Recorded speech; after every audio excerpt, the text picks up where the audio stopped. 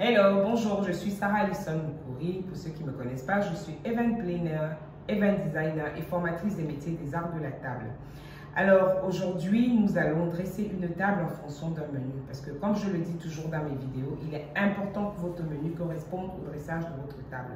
Sinon, vous aurez des convives qui savent l'astuce et vous aurez tout loupé. Donc aujourd'hui, j'ai un menu qui m'a été imposé, j'ai envie de dire littéralement, par un chef que vous aurez l'occasion de voir à la suite de la vidéo. Et nous allons donc dresser la table en fonction du menu qui correspond à 3 plats, une entrée, un plat chaud et un dessert. Donc je vais commencer par les couverts de mon entrée, en sachant que j'ai mis un chemin de table parce que notre table va être fleurie par ce chemin de table et nous allons rajouter quelques décorations pour que la table sur laquelle nous allons dîner ce soir avec le chef soit aussi belle que les plats que nous allons manger qui auront très bon goût. Donc, toujours le couteau à droite, la fourchette à gauche. Donc là, je commence avec les couverts entrée, en sachant que je vais garder, bien évidemment, sur une table comme celle-ci qui correspond à la dimension qu'il faut pour avoir une bonne table, pour pouvoir recevoir ses convives. On va garder les couverts avec une dimension qui respecte les lois du dressage. Donc, je dresse 6 couverts. Nous serons 6, je crois, sur cette table ce soir. Donc, voilà. Je vais continuer de l'autre côté. Mon dressage. Donc, couteau à droite, dents retournées vers l'intérieur. Ne pas oublier. Tout simplement, je le dis parce que je sais et je vois tout le temps encore, même des personnes qui se disent professionnelles de la décoration, qui se permettent encore de mettre des couverts en l'envers, notamment les couteaux, s'il vous plaît. Et là, aujourd'hui, on va respecter plutôt le dressage à l'anglaise. Alors, le dressage à l'anglaise, ça veut dire quoi? Tout simplement, lorsque vous retournez les couverts, les fourchettes retournées vers le ciel, sachez que c'est un dressage à l'anglaise que vous êtes en train de faire. Maintenant, on va dresser pour le deuxième plat. Donc là, je vais avoir ma fourchette. Là, je vais avoir mon couteau qui va respecter bien évidemment aussi le dressage du premier couvert en termes de dimension d'écart sur la table par rapport au bord de la table.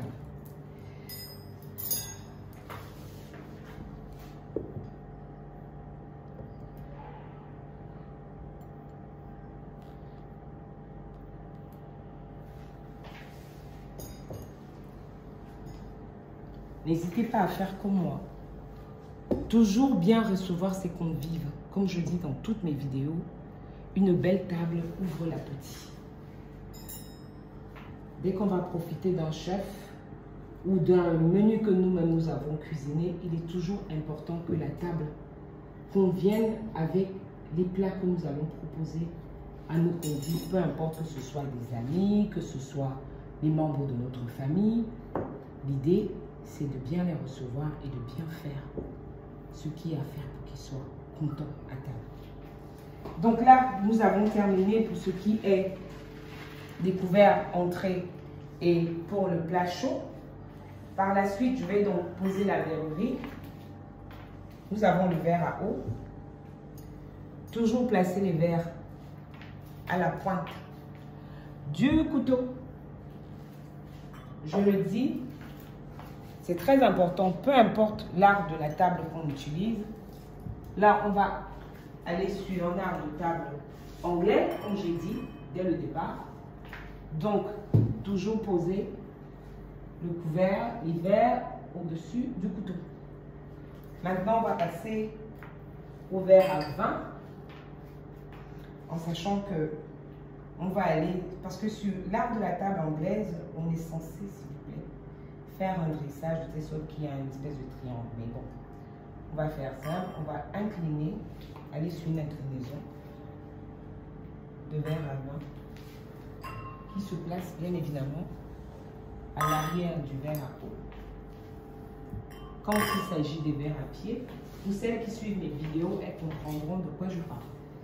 Parce que nous avons deux types de verres, le verre à eau et puis à pied et puis le verre à eau gobelet.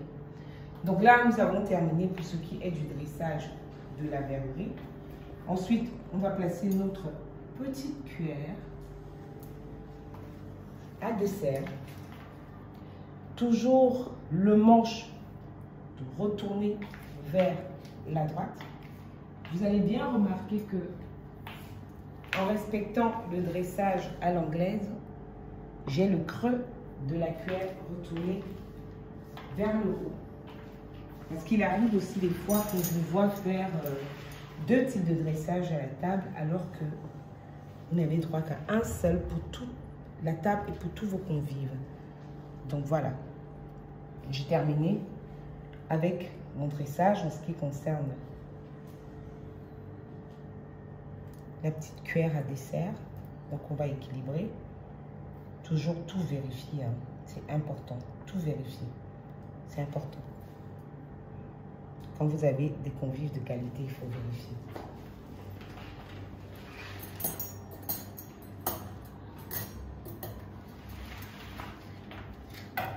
Ensuite, nous allons poser la serviette. Alors, la serviette, elle est pareille que la nappe de table que vous voyez, en coton blanc damassé. Ben, je le dis toujours aux dames, si vous en avez les moyens, je vous conseille bien évidemment de toujours prendre des serviettes en coton blanc.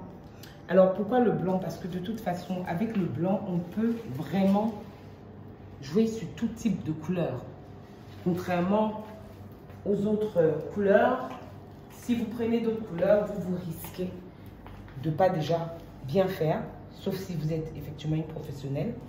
Mais le blanc aussi est signe de pureté, de beauté et d'élégance. Quand vous irez dans les grandes enseignes gastronomiques, vous trouverez toujours du blanc et très rarement autre couleur que du blanc, limite du beige. Donc voilà, je vais terminer ma table. Toujours des phosphores, mesdames, toujours.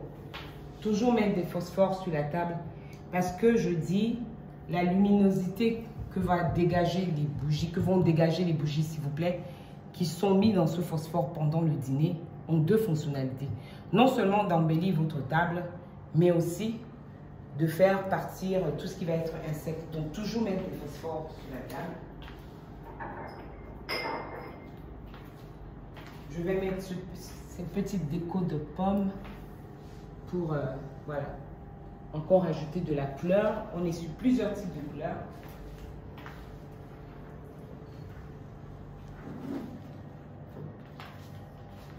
Nous terminons notre table avec deux bouquets de fleurs composés, que vous pouvez vous-même composer à la maison. Hein. Dites-vous bien que la table que j'ai faite aujourd'hui, vous pouvez la faire vous-même à domicile. Il suffit juste d'acheter ce qu'il faut et puis tout est OK. Mais aussi, ça peut être une table destinée à un événement, un dîner, un déjeuner. Tout dépend du choix de couleur. Mais comme je dis, tout ce qui va être couvert doit toujours être dressé en fonction du menu. Nous n'avons pas les assiettes sur la table tout simplement parce que le chef va dresser les plats. Merci, à bientôt.